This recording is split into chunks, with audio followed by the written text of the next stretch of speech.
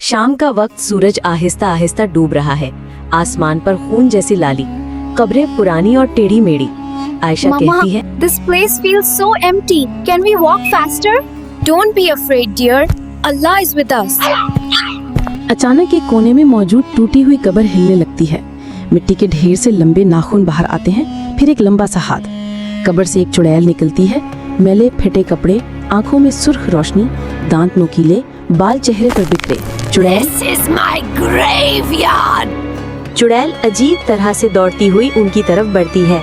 अम्मी फौरन आयशा को पीछे करके ऊंची आवाज में आयतल कुर्सी पढ़ना शुरू कर देती हैं। अल्लाहु ला इलाहा इल्ला हुवल हय्युल क़य्यूम। जैसे जैसे कुरान की आयतें गूंजती हैं, चुड़ैल धुआं बनकर कब्र में वापस चली जाती है और कब्र खुद ब खुद बंद हो जाती है। आमना और अम्मी तेज कदमों से कब्रिस्तान से निकलकर एक सुनसान गली में आती हैं। दाईं तरफ एक पुराना सूखा कुआं है, जिसके गिर्द झाड़ियां और टूटी लकड़ियां पड़ी हैं। Mama, I just want to reach home. Yes, dear. Just a little further.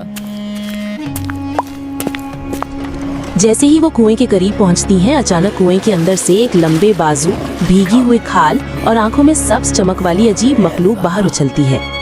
वो मखलूक एकदम झपटकर आमना का हाथ पकड़ लेती है। आमना चीखती है, उसका पैर कुएं के किनारे पर फिसलता है, आधा जिस्म कुएं में लटक जाता है।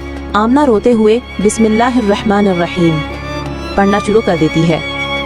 जैसे ही कलाम खत्म होता है, मखलूक वापस कुएं की गहराई में गायब हो जाती है। Allah saved me. Yes, dear.